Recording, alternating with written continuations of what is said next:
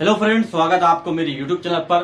दोस्तों, आज की वीडियो में हम जानने वाले हैं डायरिया इन चाइल्ड या दस्त इन चिल्ड्रन। जो छोटे बच्चे होते हैं उनको बहुत बार बार डायरिया या दस्त हो जाता है। तो इस वीडियो में हम जानेंगे पूरे डिटेल में डायरिया के बारे में जो छोटे बच्चों को होता है, और ये होता क्यों है, इसके क्या कारण हैं, इसके क्या सिम्टम्स हैं अगर डायरिया हो गया है, और क्या ट्रीटमेंट है।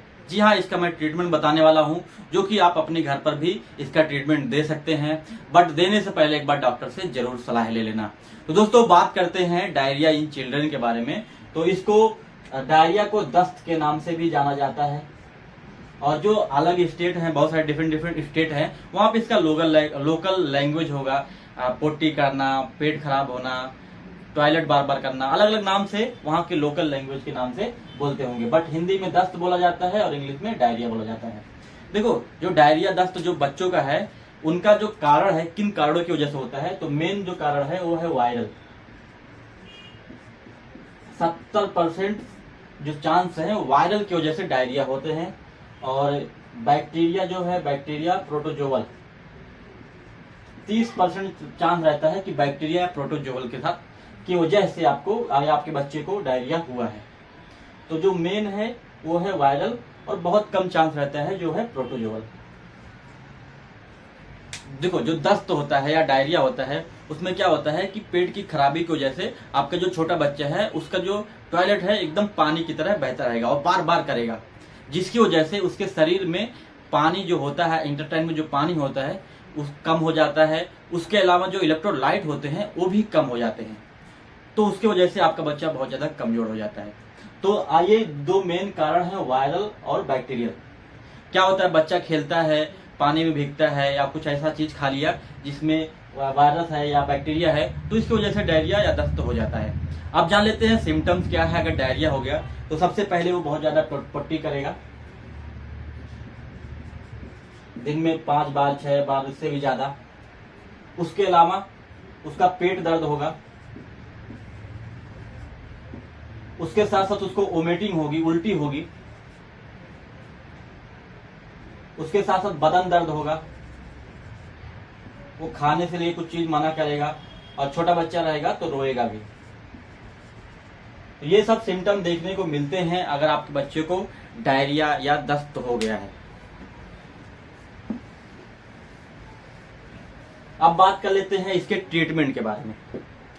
तो दोस्तों, अगर बात करें इसके ट्रीटमेंट के बारे में, तो सबसे पहले इसका जो ट्रीटमेंट है, अगर वायरल की वजह से हुआ है तो यहाँ पे एंटीबायोटिक नहीं देते हैं। यहाँ पे आपको ORS, दूसरा जो है जिंक है, तीसरा जो है प्रोबायोटिक, ये 3 ट्रीटमेंट देते हैं छोटे बच्चों में अगर वायरस की वजह से हुआ है, जो कि 70% चांस होता है वायरस की वजह से। आप देखे होंगे वो छोटा जो पीने वाला रहता है, जो मैं स्क्रीन पे दिखा देता हूं, उसको बोलते हैं ORS। इसके अलावा इसका और ब्रांड रहता है, इलेक्ट्रॉल करके है, उसके बाद एनर्जाल है, इसके बहुत सारे ब्रांड हैं ORS के। ORS क्या करता है कि जब बच्चे को बार बार पोटी होती है या उसका लूज मोशन होता है, तो क्या होता है कि उसके जो पेट में या शरीर में पानी रहती है वो बाहर आ जाती है, तो बहुत ज्यादा कमजोर महसूस करता है। उसके साथ साथ इलेक्ट्रोलाइट की भी कमी हो जाती है, तो तुरंत ORS देते हैं ताकि पानी की कमी ना हो और इलेक्ट्रोलाइट की कमी ना हो। तो ORS दे देते हैं, जिसकी वजह से थोड़ा सा उसका क्या होता है, उसको एनर्जी मिलती है। उसके बाद उसको जिंक का सिरप दिया जाता है। अब देखो, जिंक का जो सिरप है, इसके कुछ ब्रांड है, ZN20, ZND, जिंकोनिया। हो सकता है आप अलग स्टेट से देख रहे हो, तो आपके यहाँ एरिया में कोई और ब्रांड से चलता हो। इसमें जिंक रहता है। अगर बात करें जिंक रहता है तो इसको पिलाने का कैसे है, तो अगर इसके डोज की बात करें, तो इसका जो डोज रहता है वो मैं आपको बता देता हूं। देखो, मैं स्क्रीन पे आपको दिखा दे रहा हूं एक ब्रांड कोई किसी तीनों का, और इसमें क्या करता है, ईच 5 ml कंटेन 20 mg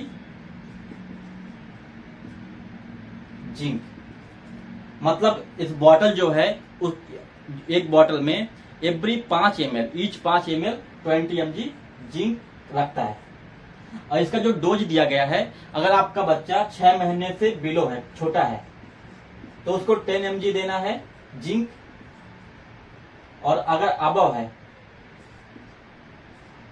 मतलब 6 महीने से बड़ा है तो उसको 20 mg देना है जिंक। ये सिंपल सा इसका कैलकुलेशन है, और ये देना कितना है 5 से 7 दिन तक। ये सिंपल सा कैलकुलेशन है। तो ये जो आपका जिंक का जो बॉटल है वो क्या करता है, each 5 ml containing 20 mg of zinc. तो यहाँ पे आप देखोगे जो 6 महीने से जो बड़े बच्चे हैं उनको सिंपली आप दे सकते हो 20 mg ऑफ जिंक, मतलब each 5 ml containing 20 mg of zinc, मतलब आप 5 ml दे सकते हो जो आप 6 महीने से बड़े बच्चे हैं। उसके बाद जो 6 महीने के छोटे हैं वो क्या है, ईच 5 ml कंटेनिंग 20 mg। तो यहाँ पे 5 ml की जगह यहाँ पे 10 mg है, 20 mg की जगह यहाँ पे 10 है, तो यहाँ पे आप क्या करोगे 2.5 mg कर दोगे। सिंपल सा कैलकुलेशन है। अगर आपका बच्चा 6 महीने से कम है तो उसको 2.5 ml दिन में 2 बार देना है। अगर आपका बच्चा 6 महीने से बड़ा है तो आप उसको 5 ml दिन में 2 बार दे सकते हो, जिंक का कोई भी ब्रांड हो। ये इसका कैलकुलेशन है। अब देखो तीसरा जो है वो है प्रोबायोटिक। प्रोबायोटिक में बहुत सारे वैरायटी के ब्रांड आते हैं। यहाँ पे आता है आपको डायरोलैक करके आएगा, तो डायरोलैक का सैचेट आता है, आप पैकेट भी बोल सकते हो, एक सैचेट रहता है, वो आप उसको डायरेक्ट पिला सकते हो घोल के, एक सैचेट दिन में 2 बार पिलाना रहता है। उसके अलावा आपको बहुत सारा देखने को मिलेगा, स्पोरोलैक जीजी मिलेगा, ये भी सैचेट में आता है, आप सैचेट को घोल के या डायरेक्ट ऐसे पिला सकते हो।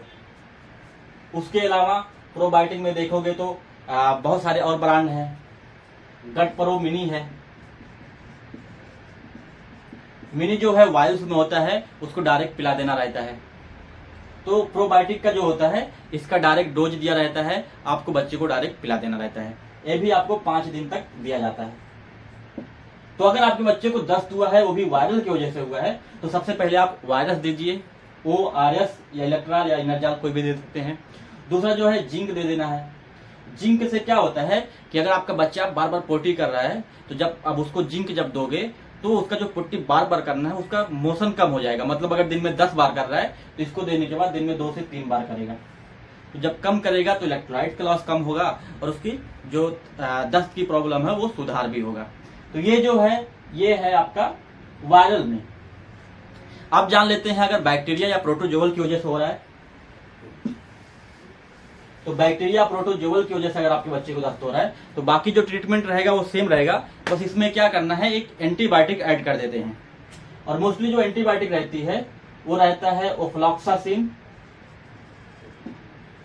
With metronidazole, ofloxacin plus metronidazole.